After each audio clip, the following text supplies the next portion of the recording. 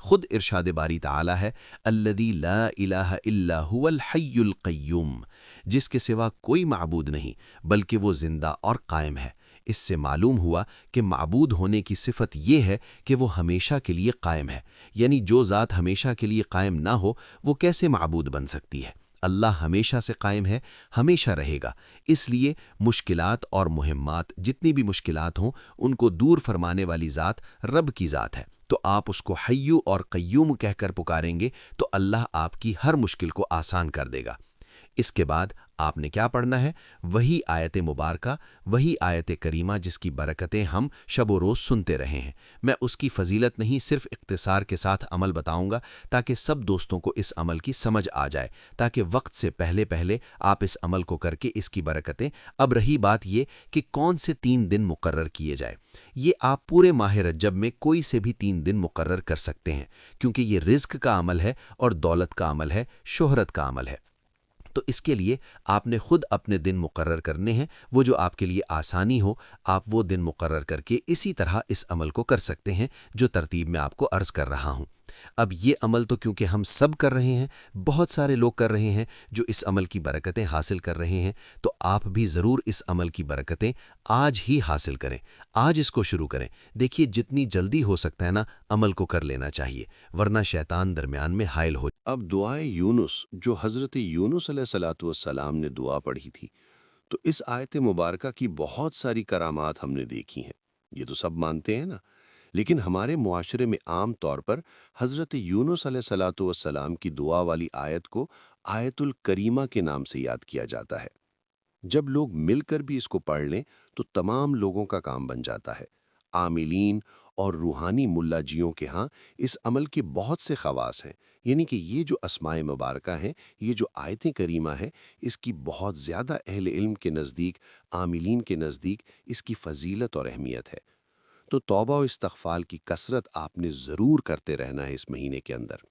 تو آپ نے اس آیت مبارکہ کو پڑھنا ہے، صرف اتنا: لا الہ الا انت سبحانک انی کنت من الظالمین، لا الہ الا انت سبحانک انی کنت من الظالمین۔ یہ آیت کریمہ ہے، یہ ہر ایک کو آتی ہے۔ اس سے پہلے جو میں نے الفاظ بتائے ہیں وہ بھی تقریباً ہر شخص کو آتے ہیں۔ اور اسی طرح دیکھیے حضرت حبیب بن مسلم وہ بیان کرتے ہیں کہ ایک صحابی تھے، انہوں نے ایک لشکر کا امیر بنا کر بھیجا آقا صلی اللہ علیہ وسلم نے، انہوں نے ملک روم جانے کے راستے تیار کرائے۔ جب دشمن کا سامنا ہوا تو انہوں نے لوگوں سے کہا کہ میں حضور صلی اللہ علیہ وسلم کو فرمانے ہوئے سنا ہے کہ جو جماعت ایک جگہ جمع ہو کر ان میں سے ایک دعا کروائے، باقی سب آمین کہیں، تو اللہ تعالیٰ ان کی دعا ضرور قبول فرمائے گا۔ یہ معجم الکبیر کے اندر حدیث پاک موجود ہے۔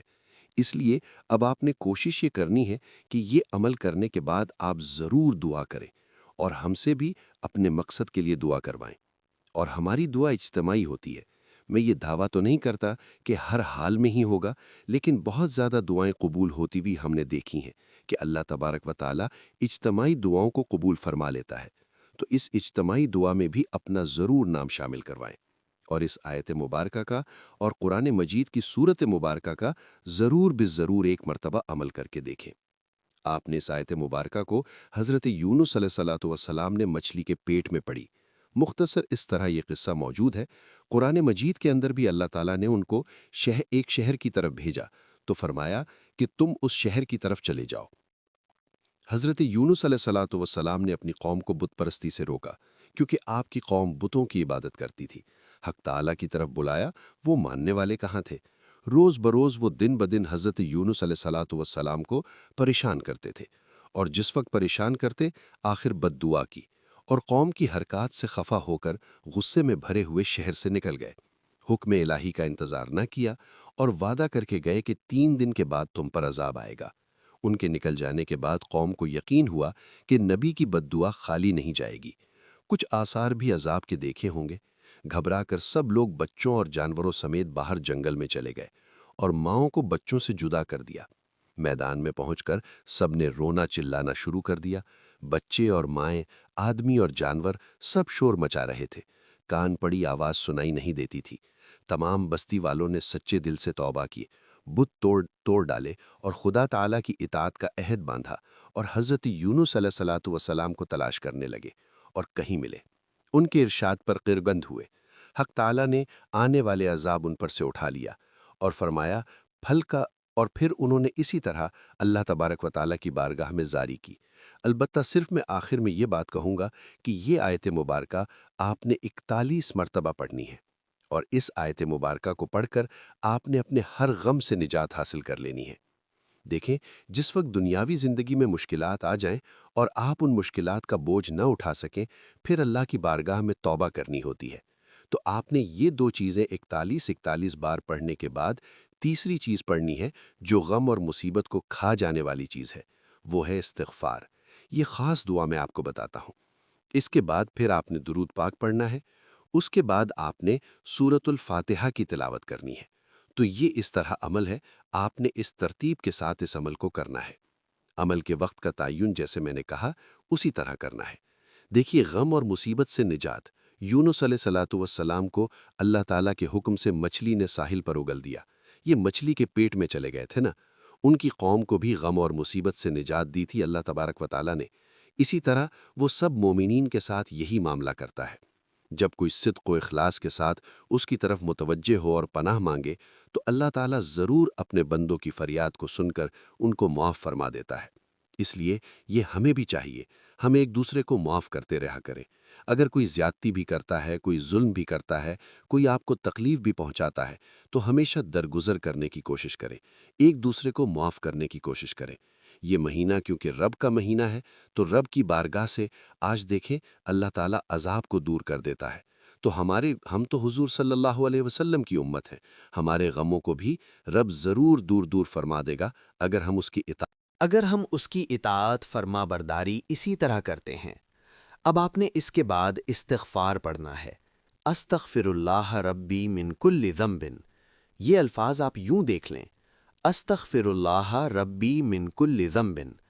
اب یہ ٹوٹل تو یہ ہے نا، لیکن ہم نے اس کو الگ الگ پڑھا ہے۔ ہم نے یہاں جو جیسے میں نے کہا ہے اس کو آپ نے شروع میں پڑھنا ہے۔ اس کے بعد لا الہ الا انتا سبحانک انی کنت من الظالمین پڑھنا۔ اس کے بعد ہم نے استغفر اللہ ربی من کل ذنب کو پڑھنا ہے۔ تو یہ مختصر سی 3 دعائیں ہم نے سب سے پہلے کرنی ہیں۔ اب یہ جو استغفر اللہ ربی من کل ذنب ہے، اس کو ہم نے کتنی بار پڑھنا ہے؟ تو اس کو ہم نے 100 مرتبہ پڑھنا ہے، یعنی استغفر اللہ ربی من کل ذنب، اس کو 100 بار پڑھیں گے۔ اس میں پہلی چیزوں کی تعداد کم ہے، اس کی تعداد زیادہ ہے۔ اس کے بعد سورۃ الفاتحہ شریف ہوگی۔ اس کے بعد کیونکہ درود پاک پڑھنا ہے، اب اول درود پاک پڑھا تھا تو آپ نے استغفر اللہ ربی من کل ذنب اس کو مکمل کو پڑھنا ہے۔ ایسا نہیں ہے کہ صرف استغفر اللہ استغفر اللہ استغفر اللہ آپ پڑھتے رہیں، ایسے نہیں کام چلے گا۔ یہ پورا وظیفہ ہے، پوری دعا ہے، یہ اللہ والوں کا بتایا ہوا عمل ہے۔ اس عمل کے بعد آپ کے لیے خوشخبریاں آنا شروع ہو جائیں گی۔ پہلے دن ہی جب اس عمل کو کریں گے، یہ دعائیں پڑھیں گے، یہ دعائیں پڑھنے کے بعد سورۃ الفاتحہ کی تلاوت جس ترتیب کے ساتھ میں بتانے لگا ہوں اس ترتیب کے ساتھ کریں گے تو آپ کو پتہ چل جائے گا کہ کس قدر اس کے اندر فضیلت اور مقام ہے، اور اس کے اندر جو ہیں وہ باقی تمام چیزیں موجود ہیں۔ دیکھیے، اعلیٰ حضرت رحمۃ اللہ علیہ سورۃ الفاتحہ مبارکہ کی تفسیر کرتے ہوئے فرمایا تھا کہ لوگ رات کا زیادہ حصہ شب بیداری کر کے نماز پڑھا کر گزارا کریں، یعنی کہ تہجد، اور پھر تھوڑی رات سوئیں، اور پھر آپ اسی طرح رات گزاریں گے تو رب تعالیٰ آپ کے لیے ایسی رحمتیں برسائے گا کہ آپ حیران ہوں گے۔ اور جو بندہ یہ کام شروع کر دیتا ہے، سارے رشتہ دار حیران ہوتے ہیں، اور دنیا تک اس بندے کو آبادی اللہ تعالیٰ آباد رکھتا ہے۔ اس لیے استغفار کے متعلق بہت سارے بزرگوں نے اپنے بیٹوں کو وصیت فرمائی ہے، بہت سارے نبیوں نے اپنے بیٹوں کو یہ وصیت فرمائی ہے۔ حقایات اس کے بارے میں بہت ساری موجود ہیں جنہوں نے اللہ کی بارگاہ میں اس طرح استغفار کیا، توبہ کی ہے، اللہ نے ان کی توبہ کو قبول فرمایا ہے۔ اور ہمیشہ بزرگان دین محجت العابدین کے اندر یہ بات موجود ہے، فرمایا کہ بیٹے اللہ سے مغفرت طلب کیا کرو، بے شک وہ بخشش طلب کرنے والوں کو بہت پسند فرماتا ہے۔ سنو، کشف المحجوب کے اندر حضور داتا گنج بخش رحمت اللہ علیہ نے اس بات کو لکھا ہے۔ اب داتا صاحب کتنے بہت بڑے اللہ کے ولی ہیں، انہوں نے اس بات کو لکھا ہے۔ وہ فرماتے ہیں، سنو، میں تمہیں اللہ کا پسندیدہ عمل بتاؤں، وہ کون سا ہے؟ فرمایا وہ استغفار کرنے والے کو محبوب رکھتا ہے۔ متقی لوگوں کی ایک صفت یہ بھی ہے کہ وہ رب کائنات سے توبہ و استغفار کرتے رہتے ہیں۔ پھر فرمایا حضور علیہ الصلاۃ والسلام دن میں خود 70 مرتبہ استغفار فرماتے تھے، پڑھتے تھے، اس لیے اس کے بارے میں آپ سستی نہ کیا کریں۔ آپ نے اس کو 100 مرتبہ پڑھنا ہے، جتنی میں نے یہ آیت مبارکہ یہ استغفار والی پڑھی ہے، آپ نے اسی طرح پڑھنا ہے۔ اس کے بعد درود پاک پڑھنا ہے۔ درود پاک پڑھنے کے بعد آپ نے سورۃ الفاتحہ شریف کی تلاوت کرنی ہے۔ اول آخر ایک مرتبہ سورۃ الفاتحہ کی آپ نے درود پاک پڑھنا ہے جو ہم نماز کے اندر پڑھتے ہیں۔ پھر آپ نے سورۃ الفاتحہ شریف کو پڑھنا ہے۔ سورۃ الفاتحہ شریف کو آپ پڑھیں گے ایک مرتبہ، اس کے بعد سورۃ الاخلاص شریف کو آپ پڑھیں گے 3 مرتبہ، اور اس کے بعد آپ درود پاک پڑھیں گے 1 مرتبہ۔ اس طرح آپ آخر میں یہ عمل کریں گے۔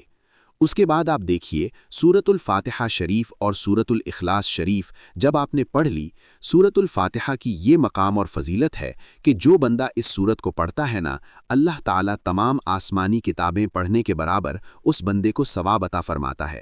سورۃ الاخلاص پڑھیں گے پورا قرآن پڑھنے کے برابر ثواب، اور اس میں ہر عبادت کا ثواب دگنا ہو جاتا ہے۔